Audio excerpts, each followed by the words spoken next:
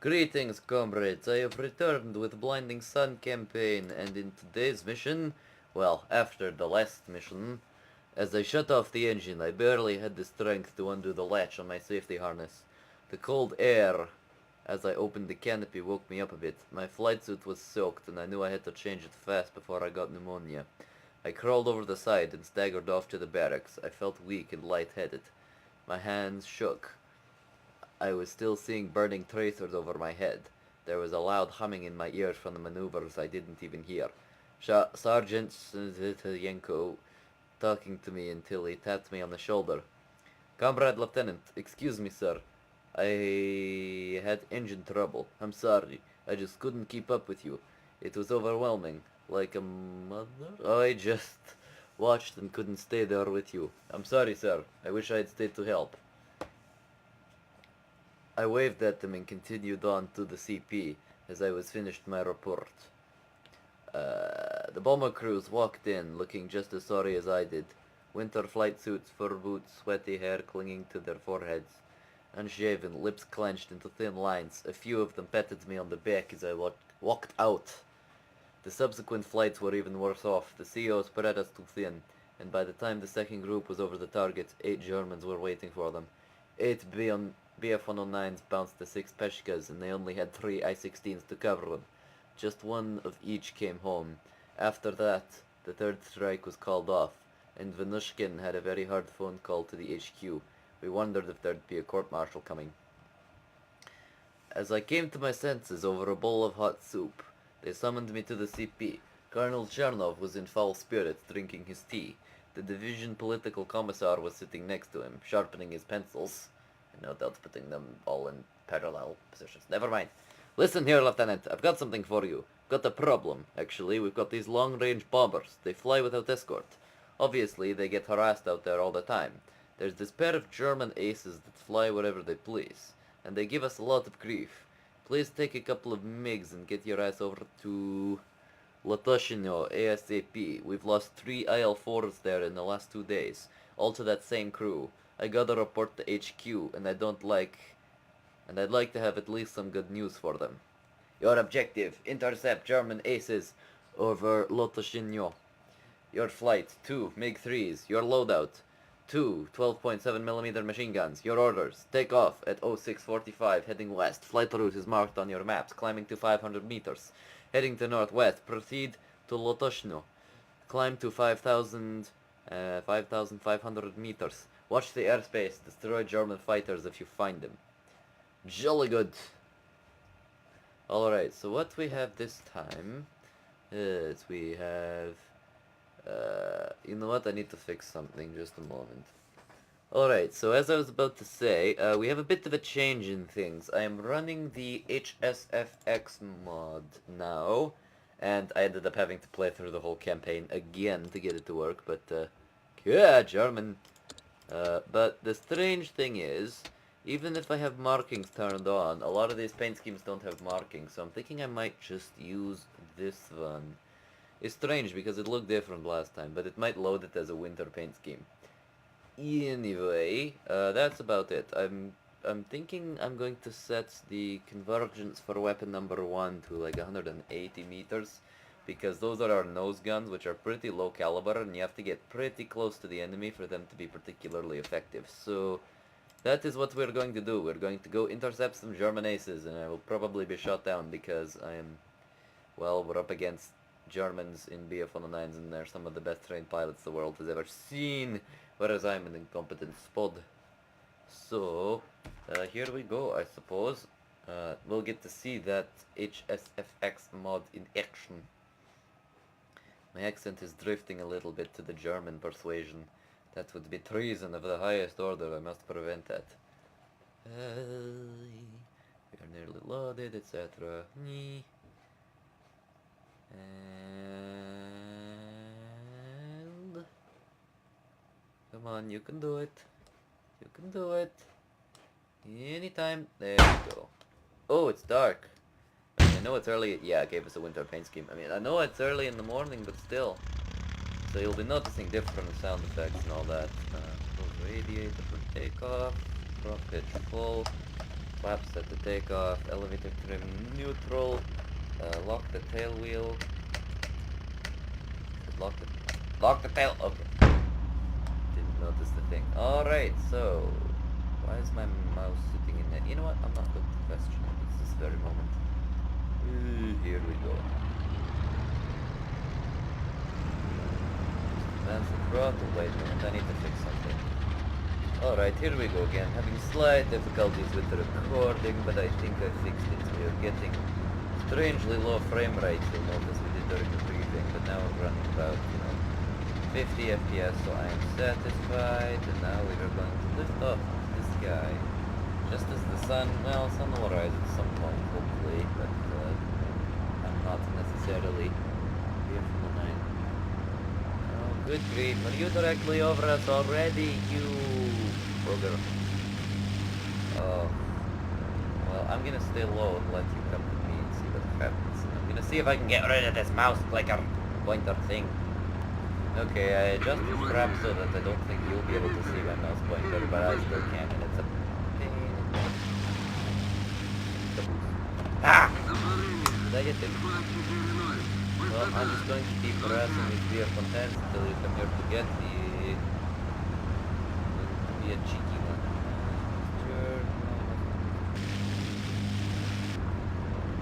Alright. What have we got? We've got our MiGs going around. Ah! They're bombing our airfield! Alright, that was unexpected. And now these guys are coming after me.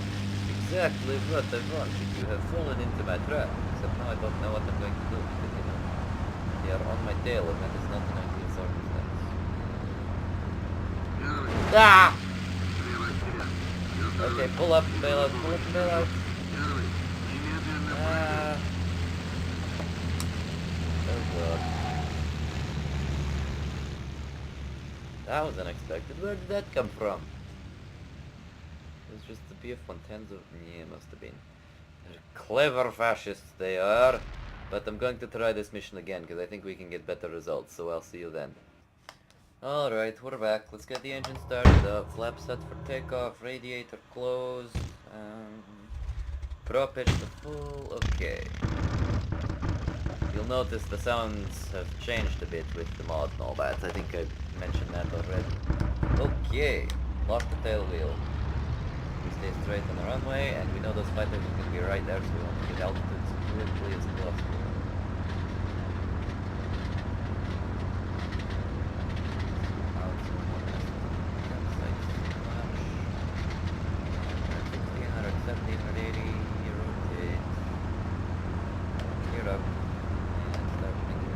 Up, open the radiator a little bit, just keep an eye on the temperature gauge, let the engine warm up so we get ideal performance, because we want to climb as much as we possibly can now, to get as much altitude as possible to get the advantage over the Peppies. Although I'm tempted to go for those 110s again and see if we can draw them into a fight, because they're still higher with decent advantage.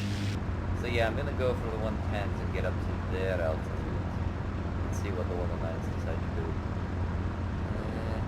Perfect. Let us prepare. It's so bloody dark. I'm gonna turn on my monitor brightness. There we go.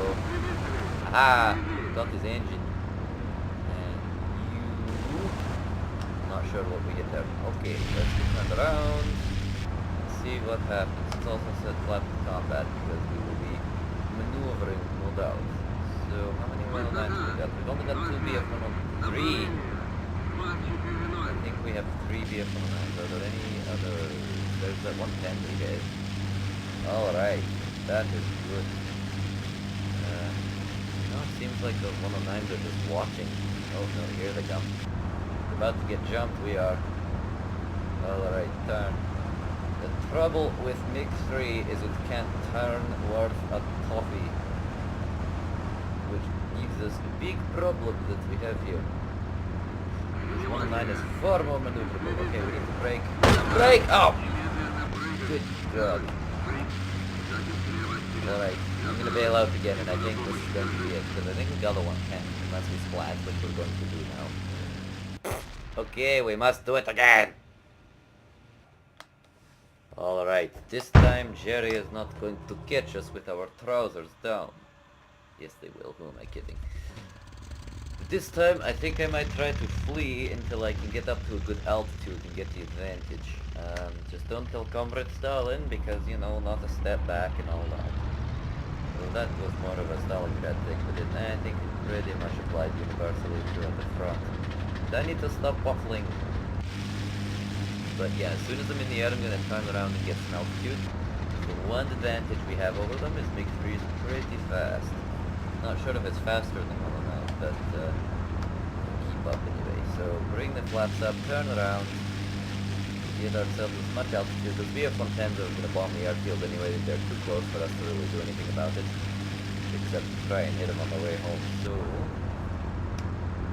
claw for altitude. 240 kilometers an hour, pretty good climb speed, so we're gonna see if we can maintain somewhere in that neighborhood with our speed of the climb. And let us say our flight is still taking off, there's not much we can do about that. But oh my, this is beautiful. I mean, the clouds are a little wonky, but you know, it's IL-2, it's all forgiving. This looks great with the mod, and I have no problems whatsoever concerning frame rate. It's running at 60, no problem. This is fantastic. I'm genuinely liking this mod so far. I also have Boca's West Front campaign, and I've been playing some Battle of Britain stuff, and I'm thinking that might be the next thing we do after Blinding Sun is over. And I'm going to try and accelerate Blinding Sun as well, because I enjoyed making it, and I have no idea how many missions are in the campaign. This is the 10th one, I believe. BF-110 bombings again. That 109, that one's still higher. Okay, I'm gonna turn around and get even more altitude. Stuff closing fast. BF-110 down there. I'm tempted to go for it, but I know the moment they'll do, I'll be ambushed. They've just sent these 110s along as cannon fodder to lure us into a fight while they sneak behind us. Normally, and as the past two attempts have shown, I would fall for this like a ton of bricks, because I am just so very quick. But this time, I am not going to be allowed to be caught with my trousers down. Or what do they call trousers in USSR? Breeches? Maybe. Maybe they just call them pants like everyone else. I don't know if it's everyone else who just calls them pants, or just like the North American people. But this is all for the same beat. You're going to be able to jump these 109s from behind. They will come up with some kind of clever way to elude us anyway.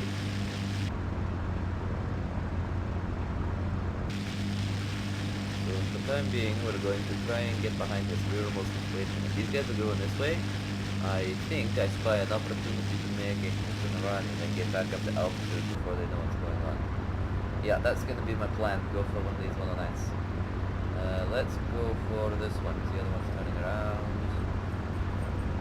Rolling good. One for Mix is after a good show, sir. Wait a minute, was that one of these PE3s?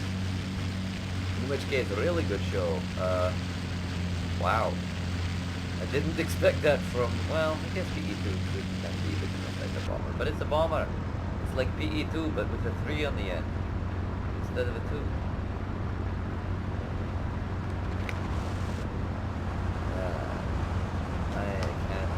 With user. Did I hit him? No. And I know his buddy is getting behind me, but it's too far away, so I don't care. No, you're gonna go right to the ground. Yes! We have victory! We shot down BF-109As. Putting those flaps up so we can get back up to altitude before they catch us. Trade our airspeed for altitude, which is oh, apparently we have a fuel-injected engine. Apparently lots of early Soviet aircraft didn't, so they had the same problem as early Spitfire, where they would just, the engine would sputter in under any negative G, because the fuel was gravity-fed into the engine and all that. Lots of general aviation aircraft are still like that. You're seeing more of the fuel-injected ones now, like mostly with the newer ones, but it was not a problem. Okay, BF-109, you can run, but you will only die tired. Where did you go? I know your friend is on my tail, so... Ah, yes he is! I'm not even kidding this time. Break! Break! My gun is jammed, but we're still flying. Okay, where'd you go? Holy crap! Okay, I'm calling this a reasonably successful attempt, so if I bail out and survive, this is the final result. Open your parachute immediately. There we go, this will be fine. And we broke yet another one of Comrade Stalin's airplanes. Although, I don't know if it belongs to Stalin. I think that machine belongs to the Soviet people. I mean, it could be slightly more figuratively say if it were the British, where they were like, give us your pots and pans and we make them into Spitfires, even though it was a big lie, because they would never make the low-grade metal of pots and pans into Spitfires. They would make them into ships or something. Probably victory ships, come to think of it, but that is not my concern right now. My concern is for the fact that we shot down a 109, and then we're shot down ourselves. So we traded one for one. I think I can live with it.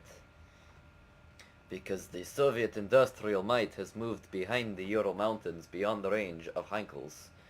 That was their one fundamental flaw. You couldn't really use the Heinkel 111 for strategic bombing of Soviet industry because it was too far away.